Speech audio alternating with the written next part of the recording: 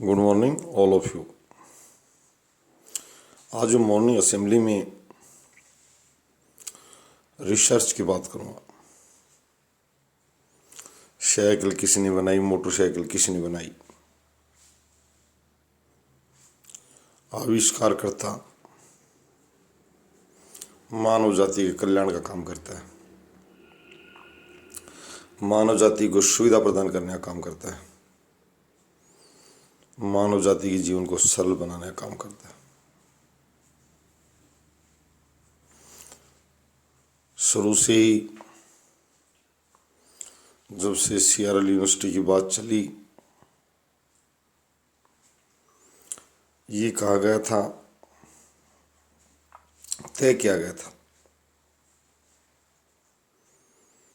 कि पहले देश में और फिर विश्व स्तर पर गरीबी और गुंडागर्दी खत्म करने पर चर्चा की जाए। मानव जाति के लिए सबसे बड़ा भूत बनकर खड़ी दोनों चीजें।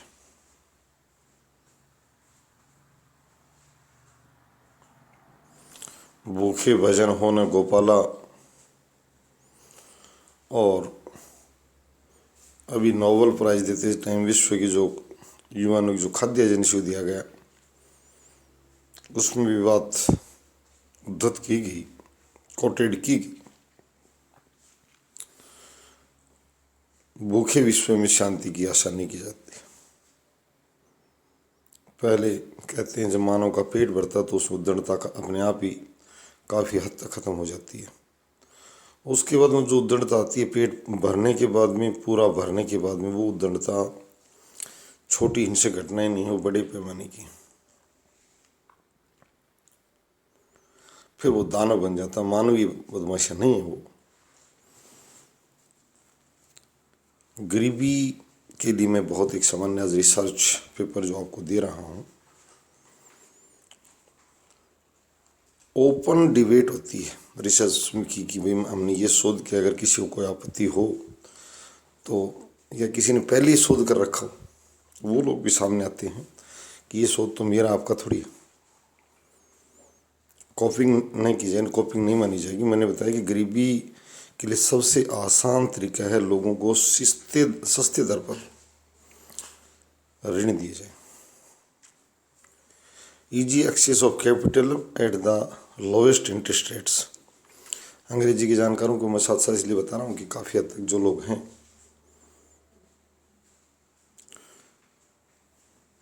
जो अंग्रेजी में ज़्यादा समझ पाते हैं अच्छे से, यानी सस्ती दर पर, लो इंटरेस्ट रेट्स पर अभी हाउसिंग की स्कीम्स काफ़ी हद तक चली है, तो लोगों को लाभ दे रही है, क्योंकि हमारे यहाँ हाउसिंग के भी लो इंटरेस्ट रेट काफ़ी कम है और वो भी कम किए जाने की जरूरत है, ताकि ईजी एक्सेस हो सके, लोगों के घर अच्छे घर खरीद सकें और राष्ट्र की जो जीडीपी है या राष्ट्रीय संपदा में वृद्धि हो सके। चीन की ऊंची छलांग के लिए रियल इस्टेट का हाथ माना जाता है। वो रियल इस्टेट की संभावनाएं हमारे यहाँ बहुत ज़्यादा हैं, कम नहीं है। सबसे आसान तरीका ये है कि लोगों को सस्ते दर पर, सभी बैंक यहाँ बार बार कहते हैं कि सर पर्सनल लोन ले लो, वो ले लो, इनकी दरें 24% तक है। मैं ये भी एक वैश्विक समुदाय से साझा कर देना चाहता हूँ कि हमारे यहाँ आएँ, और यहाँ नहीं आए तो हमें बुलाएं अगर कोई आने के लिए रोक रहा हो, क्योंकि हमारे यहाँ की व्यवस्था अलग प्रकार की है। तो मैं ये कहूँगा सबसे पहले भारत की जनता को, जिन लोगों को धन चाहिए, उनको सस्ते दर पर ऋण देने की सुविधा दी जाए और सरलता के साथ दी जाए। आधार कार्ड ये व्यक्ति के 2-4 व्यक्तियों को शामिल किया जा सकता है। कई बार ये बड़ी उलझ की भाषाएं जो यहाँ जब आप शाखा में जाओगे तो पता लगेगा, ऊंची ब्याज दर और सार्वजनिक क्षेत्र के जो बैंक हैं वो बड़ी जटिलता से ऋण देते हैं।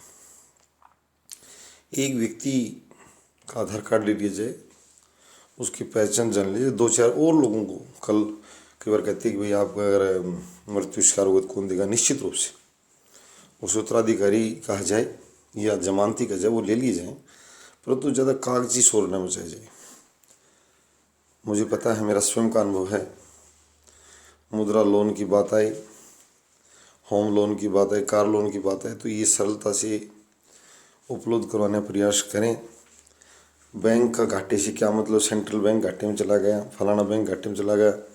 निजीकरण के लिए जो लोग सड़कों पर चिल्ला रहे हैं, दुखी होकर रो रहे हैं, उनको मैं कह रहा हूँ संसद से सड़क तक चिल्लाने की जरूरत नहीं है।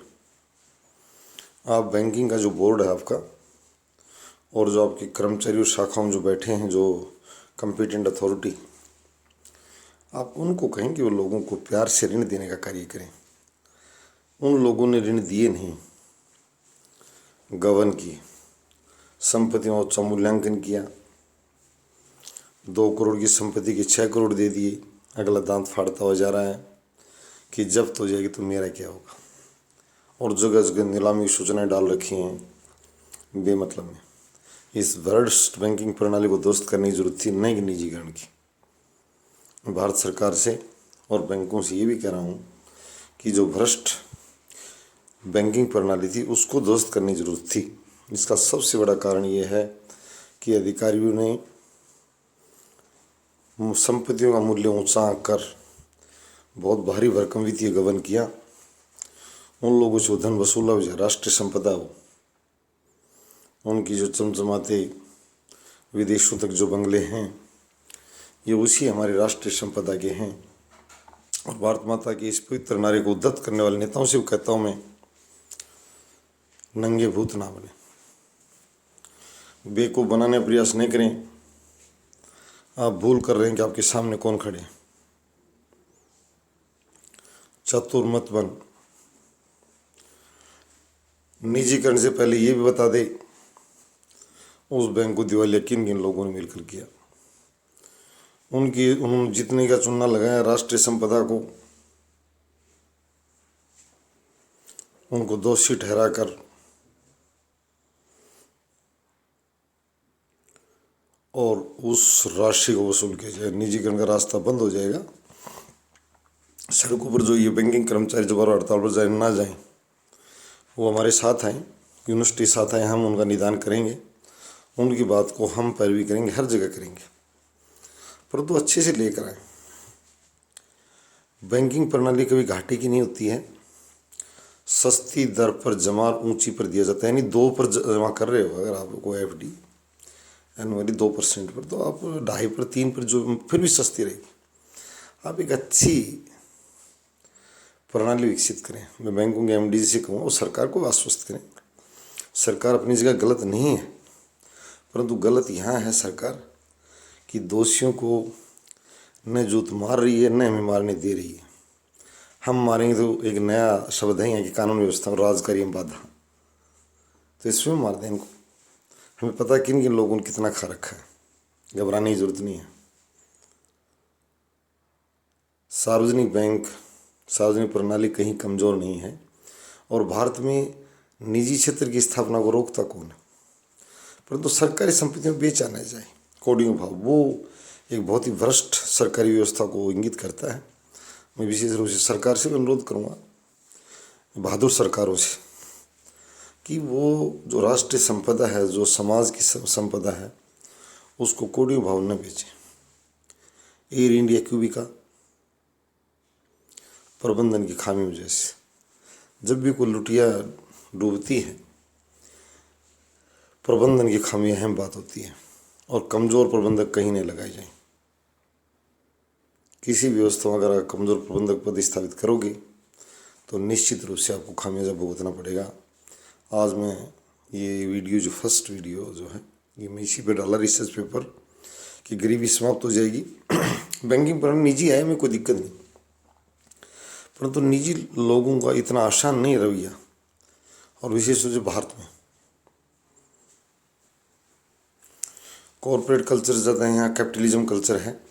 कॉरपोरेट में को हम प्राइवेट नहीं मानते, यहाँ कैपिटलिज्म कल्चर है जो अगले को निचोड़ देना चाहता है। दवाओं के लिए लोगों को नहीं मिल पा रहा ऋण, पढ़ाई के लिए नहीं मिल पा रहा, ये प्राइवेट सेक्टर की अलग प्रकार की भूमिका है, और बहुत ऊंची ब्याज दर है। मैं ये भी कहना चाहता हूँ यहाँ की सरकारों से कि संसद में पक्ष से नहीं, विपक्ष से कहूँगा मैं, चिल्लाने वाले छोटे छोटे कद के 2-3 पत्रकार भी आए हुए हैं यहाँ राज्यसभा में, लोकसभा में, जानता हूँ उनको, नाम नहीं लूँगा मैं उनका, उन बदमाशों को मैं ये भी कहता हूँ कि वो हमें हमारे कान जो बहरे कर रहे हैं कि सरकार ये गलत करे वो कर रही है। दोनों देशों की जो ब्याज प्रणाली है उस पर आज तक का बताया उन्होंने। इतनी ज़ोर से शोर मचाते हैं, कोर्ट में कहते हैं कि शोर मचाने से काम नहीं चलेगा। कलयु लॉजिक तर्क बोलिए अब, ताकि वो सरकार भी सामने का पक्ष भी दबता उससे तर्क के साथ। निजीकरण क्यों किया जा रहा है? सरकार ने अपनी बात रखी, भाई घाटे का सामना करना हम नहीं कर पा रहे, बार बार कहाँ से लेके आए घाटे का। ठीक है, घाटे की भरपाई जनता से करनी पड़ेगी, वो बहुत बुरी बात है। घाटा क्यों है उसको भी से बनाया जाए। और मैंने बता दिया गरीबी क्यों है, सस्ती दर पर ब्याज ऋण नहीं देना, सस्ती ब्याज दर पर, और ऋण की ईजी सुलभता न होना, ईजी एक्सेस, ईजी अवेलेबिलिटी न होने की वजह से भारतीय बाजार सुनना पड़ा है, जान नहीं फूक रही उसमें, और लोग गरीबी से कर्रा रहे। हाँ, इस चीज़ के लिए जरूर कह दिया जाए उसकी संपत्ति बढ़ गई।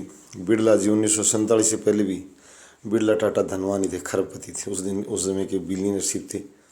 अमेरिकन लोग भी मानते शायद हमारे देश में इतना बड़ा कोई धनी व्यक्ति नहीं है। अमेरिकन और एशियन देशों में पूंजी गरीबी की वजह से गुणात्मक रूप से ज़्यादा बढ़ती है। ये भी अर्थशास्त्र का सिद्धांत। लैटिन अमेरिकन देशों में यहाँ एक के चार बहुत जल्दी बनते हैं, शोषण के बल पर, लूट के बल पर। ये हमें बताने की ज़रूरत नहीं है कौन कितना धनी है। अराजकता और गरीबी पूंजीवाद के दोनों हथौड़ी हैं, और उन हथौड़ियों से लोग आगे बढ़ रहे हैं। वो बाद में अपने आप रुक जाएगी, पर लोगों को आसानी से मिले, काम मिले, बाजार में शक्ति है, राष्ट्रीय उत्पादकता GDP बढ़े, और बैंकिंग प्रणाली भी सुचारू रूप से चले। तो मैं बैंकों के जो कर्मचारी अधिकारी सड़कों पर चिल्लाने का जो काम कर रहे हैं वो हमारे साथ हैं, और अपनी बात रखिए। और उनके अधिकारियों की वजह से जो लुटिया डूबी है, कई बार रोडवेज के कर्मचारी कहते हैं कि सर मेरी 1% हमारी कमी दिखा दो, टिकट न काटने की या अन्य प्रकार की चोरी की, हम नौकरी से इस्तीफा दे देंगे। परंतु चोरी, जब परिवहन मंत्री और परिवहन निदेशक दोनों चोर मिलकर महंगी बसें खरीदी, फर्जी कोटेशन उसके सारे, और फिर अन्य प्रकार की खरीदों में दुनिया भर के गड़बड़ झाला करना, अच्छे जो मालदार रूट अपने नज़दीकियों को दिलाना, प्राइवेट क्षेत्र को दे देना, और घाटे के रूट यानी ऐसे रूट जो जनसेवा के लिए कम आमदनी वाले चलाए जा रहे हैं वो हमें छोड़ देना। यानी ये बातें बहुत भारत में बहुत ज़रूरी है, इस चीज़ पर चर्चा की जाने और सकारात्मक चर्चा की जाए। मैं कहूँगा कि इसमें पक्ष विपक्ष एक दूसरे पर थूकने की जरूरत नहीं है। राष्ट्र के लिए कार्य करना दोनों मिलकर, और अच्छा सुझाव विपक्ष के पास हो तो पक्ष को मान लेना चाहिए, और पक्ष के पास अगर गवर्नमेंट अगर पॉजिटिवली कोई राष्ट्र के लिए कार्य कर रही है तो विपक्ष को भी साथ आना चाहिए, क्लैपिंग करना चाहिए, टेबल्स मेजें थपथपाएं। तो मैं आज ये कहूँगा कि जो आर्थिक ढांचा ध्वस्त हुआ पड़ा लंबे समय से राष्ट्र का, आज से नहीं बहुत लंबे समय से, लोगों में सहायता का मादा पैदा किया जाए और इस बैंकिंग प्रणाली को सुधारा जाए। राष्ट्रीयकरण हुआ था 1969 में, उसके बाद में कहाँ क्या खामियां हुई। मैं यहाँ सबसे बड़ी बात है सुधारती मेरी बात करें सर, सुनने को तैयार नहीं है, मानने को तैयार नहीं है, संवाद करने को तैयार नहीं। नई बात सीख रखी, मेल भेज दो, उस मेल को पढ़ता कौन है। डिबेट बैंक घाटे की डिबेट बैंक अधिकारियों से और इकोनॉमिक्स के शोधार्थियों के साथ की जाए। मैं भारतीय वित्त मंत्री और राज्य के वित्त मंत्रियों से कहता हूँ कि उनसे डिबेट करो। आप उन लोगों से कर रहे हो जिनको उन टर्म्स का पता ही नहीं है। नहीं, ये दोनों चीज़ें मैं फाइनली बोल रहा हूँ, और इन लोगों को इसलिए कहा कि उस पर चर्चा करें, उधर बढ़े, ये नहीं बढ़े अभी तक, इसलिए मैं ये इन लोगों को मेरी शिकायत इनसे भैया, और सुझाव भी है। मेरा रिसर्च ये है कि सस्ती दर पर आसान प्रवाह ऋण का किया जाए, राष्ट्र की GDP बढ़ेगी और गरीबी हटेगी। मैंने यही कहा था कि मेरा रिसर्च पेपर विश्व समुदाय को, पहले मेरे राष्ट्र की बात करूँ, इससे गरीबी हटने की भूमिका तैयार होगी और पॉवर्टी को किकिंग हम कर पाएंगे। धन्यवाद।